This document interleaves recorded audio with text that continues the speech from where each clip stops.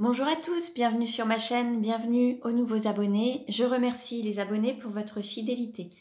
Je vous retrouve aujourd'hui pour un tirage astrologique simplifié pour les personnes du signe de l'ascendant, du signe lunaire du Scorpion, pour connaître la tendance sur le mois de mars. Donc pour cela, je vais utiliser différents oracles. Vous retrouverez les références dans le descriptif de la vidéo. Pour avoir des compléments d'information, je vous invite aussi à consulter les vidéos concernant vos ascendants et signes lunaires. Il s'agit d'une guidance générale, ne prenez que ce qui résonne en vous. Allez, nous allons voir alors quelle va être la tendance pour les scorpions sur le mois de mars. Alors,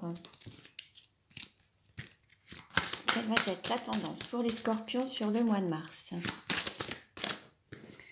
Alors, on a la carte Tiwaz avec le chiffre 37, motivation et volonté.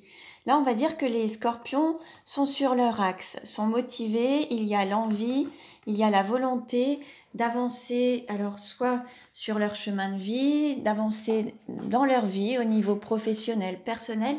Il y a une grande motivation qui se manifeste et la volonté, donc sur le mois de mars. Je vais vous lire le texte pour avoir des compléments d'information. Alors, Tiwaz, elle est la rune du dieu Tyr, dieu de la guerre. Elle symbolise la justice, les prises de responsabilité, annonçant la rencontre d'une personne protectrice, mais aussi une prise de conscience importante, nous conduisant à un changement plus en adéquation avec nous-mêmes. Donc là, un très très beau message. On va voir avec les autres cartes pour avoir un complément d'information. Donc, quelle tendance pour les scorpions? Quelle tendance pour les scorpions? Hop, alors, on nous parle de sagesse avec le nombre 16. Lorsque le cœur parle, il éveille les bons sentiments, la raison et l'honnêteté. Là, il y a peut-être cette volonté d'écouter son cœur et d'aller dans le sens du cœur. Il se peut qu'il y ait un changement justement dans votre vie et la volonté de suivre l'appel du cœur. Donc, je vais vous lire le texte concernant cette carte. Alors, sagesse. La carte de la sagesse désigne notre capacité à voir avec les yeux de l'âme, à être impartial et sage face aux difficultés. Elle nous invite à être dans les bons sentiments, à incarner la paix. Cette carte nous indique que tout a une raison et que le plus difficile est de comprendre l'enseignement caché derrière les coups du sort. Au niveau sentimental, elle désigne une personne réfléchie et sincère qui est capable d'une grande écoute, qui sait entendre raison, prodiguant des conseils éclairés. Au niveau professionnel, la carte sagesse nous pousse à peser le pour et le contre, à relativiser. Elle nous demande aussi de voir les choses de manière sincère, d'être honnête envers nous-mêmes. Au niveau spirituel, dans le domaine spirituel, la carte de la sagesse nous interroge sur notre capacité de réflexion. Elle nous invite à être en osmose avec nous-mêmes et à être fidèles dans nos aspirations. Très beau message. Alors, on va voir avec le reste du tirage ce que ça nous dit pour le mois de mars, donc pour les scorpions. Je vais prendre le petit oracle des anges. Alors, quel message pour les scorpions sur le mois de mars? Alors, on nous parle d'anxiété. Alors, nous t'entourons de la lumière de guérison de l'améthyste. Prends une profonde inspiration et respire cette magnifique lumière violette. Sens ton anxiété s'envoler, tu n'as rien à craindre, il n'y a que l'amour. Alors peut-être que certains ont un petit peu peur ou sont un petit peu anxieux face à un changement, au fait d'écouter peut-être un petit peu ses émotions, son cœur, et il peut y avoir une certaine méfiance un petit peu. Mais en tout cas, il n'y a rien à craindre, vous êtes accompagné et entouré. Allez, on va voir alors maintenant avec le tirage astrologique, quelle va être la tendance pour les scorpions sur le mois de mars. Alors, quelle carte représente les scorpions? Alors, on nous parle de printemps, d'amour naissant. Il peut y avoir alors à la fois une nouvelle relation, ça peut être aussi l'amour de soi-même. Donner naissance ou renaissance à un nouvel amour ou donner naissance à quelque chose. En tout cas, c'est s'accorder de l'amour, s'aimer et écouter son cœur. Quelle carte représente les valeurs pour les scorpions sur le mois de mars? Alors, là, on nous dit mener sa barque, sortir de la triangulaire contre vents et marées. Là, il y a des choix qui vont être faits et les scorpions vont aller vraiment vers ce qui les appelle. coûte que coûte en fait. Hein. C'est vraiment l'appel du cœur et ils vont aller vers ce qui les appelle, ce qui a le plus de valeur à leurs yeux. Alors il y aura peut-être des séparations, peut-être quitter un travail, quitter une famille, un logement, une région, un pays. Là c'est vraiment écouter son cœur et être guidé par son cœur. Quelle carte représente les études, l'apprentissage, les pensées? Quelle carte représente? Alors là, il y en a trop. Quelle carte représente les études, l'apprentissage, les pensées? Alors, voilà. Là, l'idée, voilà, on nous parle de départ, d'adieu, au revoir. Là, peut-être que vous allez apprendre à travers peut-être une séparation, une distance, en volant de vos propres ailes, en vous éloignant d'un lieu de vie, d'une situation. Ça va vous permettre d'évoluer, de grandir et d'apprendre à travers ces expériences en fait. Donc là, vous allez vraiment apprendre en prenant de la distance, en volant de vos propres ailes en fait. Hein. Quelle carte représente la famille, le foyer? Alors là, on parle aussi d'intériorité, d'écouter l'appel du cœur, d'écouter son intériorité, se mettre en action pour aller vers ses rêves, concrétiser ses rêves en fait. Hein. Donc là, en fait, peut-être que certains, vos rêves, c'est de construire une famille ou d'avoir un foyer, de retrouver une personne que vous aimez. Donc là, en fait, il y a une personne qui va se mettre en route, alors peut-être pour construire un foyer ou une famille, ou alors pour aller retrouver la personne de son cœur, ou aller vers ce qui l'appelle le plus, l'appel du cœur. Quelle carte représente l'amour? Quelle carte représente l'amour?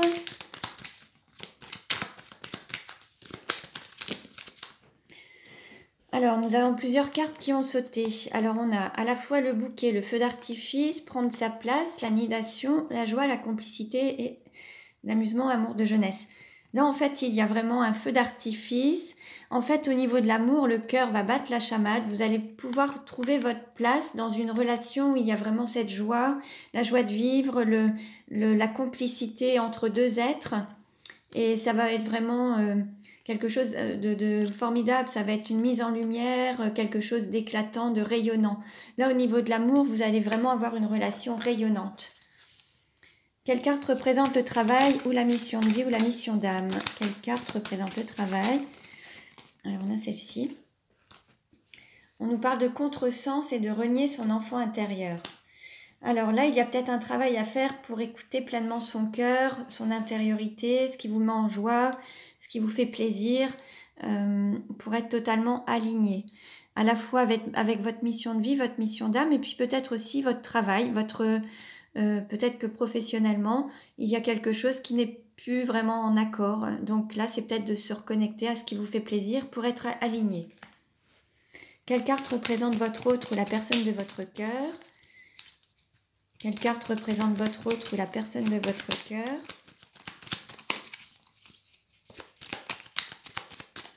Quelle carte représente votre autre ou la personne de votre cœur?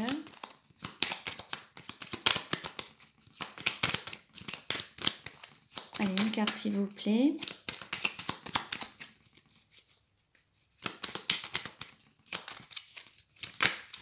Allez, on prend celle-ci. On nous parle de porte de passage et de retrouvailles. Alors peut-être que pour certains, vous étiez un peu éloignés ou en distance, ou alors on nous annonce une rencontre. En tout cas, vous allez passer un cap. Peut-être que vous étiez en relation également. Et là, vous allez avoir plus d'engagement. Vous allez passer un cap. Vous allez à un stade supérieur. Votre autre, en fait, voilà, il va y avoir soit la renaissance d'un amour, vivre cet amour pleinement. Et vous allez passer un cap ensemble, en fait, pour aller vers quelque chose de plus lumineux. Vous avez peut-être traversé des difficultés, votre relation n'a peut-être pas toujours été facile, mais là, en fait, vous allez aller vers la lumière et vous choisissez d'aller vers cette lumière ensemble. Quelle carte représente la sexualité? Quelle carte représente la sexualité? On a celle-ci. On nous parle d'automne, d'introspection, de réflexion.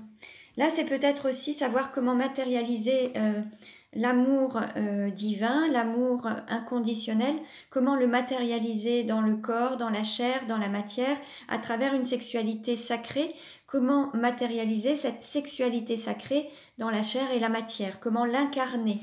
Et là, on nous parlait aussi peut-être de triangulaire. Là, l'idée, c'est de sortir peut-être d'une relation avec une énergie tierce pour aller vraiment ancrer cet amour sacré, cet amour divin, l'ancrer dans la matière et aller et se diriger vers cet amour divin pour l'ancrer et le manifester ici sur Terre en fait. Hein. Quelle carte représente les voyages ou les déplacements? Quelle carte représente les voyages ou les déplacements? Hop. Alors, là, on nous parle d'accord, promesse, engagement, contrat d'âme, délivrance, s'ouvrir au changement. Alors, peut-être que certains étaient déjà engagés, peut-être mariés, peut-être dans un contrat de mariage, peut-être dans une union. Et là, il va y avoir un changement. La fin de quelque chose, être délivré peut-être de ces chaînes, peut-être d'une forme de situation dans laquelle vous ne vous sentiez peut-être pas totalement libre. Et là, il va y avoir un changement. Vous allez vous libérer. Et peut-être que vous allez quitter une situation, justement. Alors, ça peut être aussi une vie de famille. Hein. Peut-être que là, vous avez envie d'avancer un petit peu plus seul et être libre en fait, hein, vous libérer de quelque chose.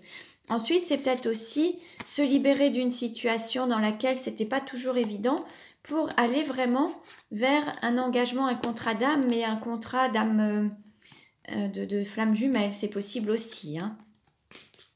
Alors, on va voir. Quelle carte représente la carrière? Quelle carte représente la carrière? Quelle carte représente la carrière?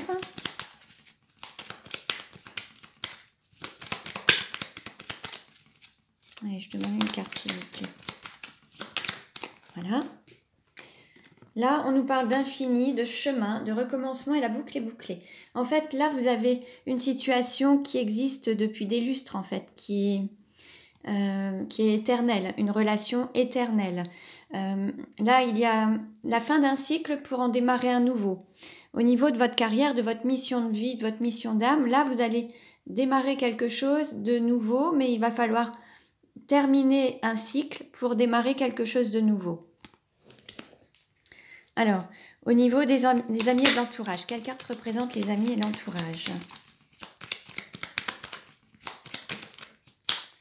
Alors, on nous parle d'amour à mi-parcours, amour semi-concrétisé. Donc là, il y a une relation qui n'a pas encore été totalement concrétisée, matérialisée, qui est à mi-chemin.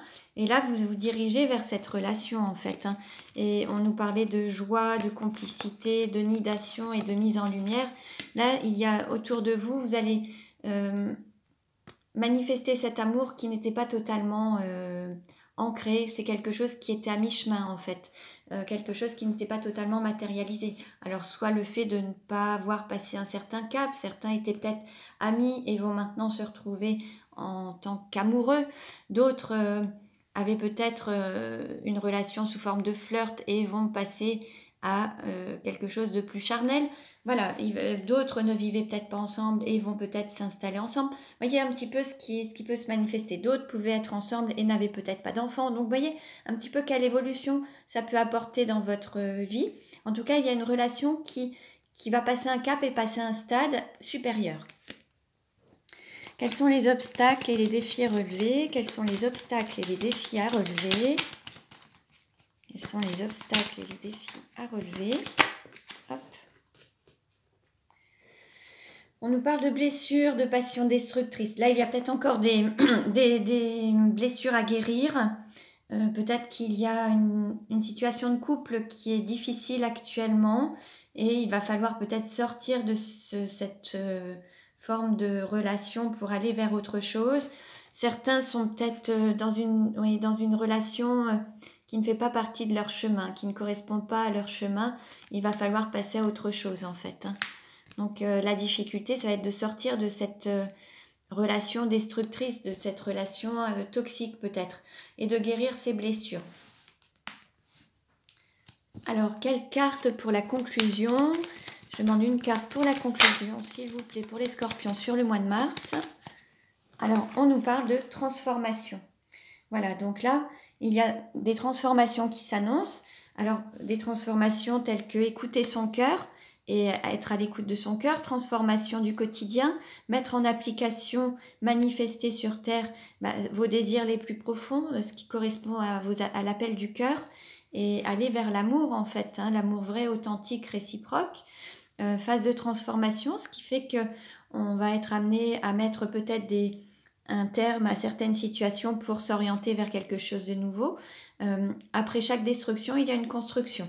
Donc pour pouvoir construire quelque chose de nouveau, il faut détruire peut-être autre chose. Donc la fin d'un cycle, la fin d'une relation, la fin d'une situation professionnelle, familiale, amicale, pour aller vers quelque chose de plus grand, plus beau et plus en accord avec vous-même. Voilà pour les scorpions. Je vous remercie pour votre écoute. Vous pouvez vous abonner à ma chaîne pour recevoir les futures vidéos. Je vous invite à aller consulter les vidéos concernant vos ascendants, signes lunaires pour avoir des compléments d'informations. Pour une guidance personnalisée, vous pouvez me contacter. Mes coordonnées sont dans le descriptif de ma chaîne. Vous pouvez également vous abonner à ma chaîne pour recevoir donc les autres vidéos. Et tous les jours, je mets des petits messages dans ma communauté pour avoir le message du jour. Donc voilà, je vous dis à très bientôt et prenez bien soin de vous.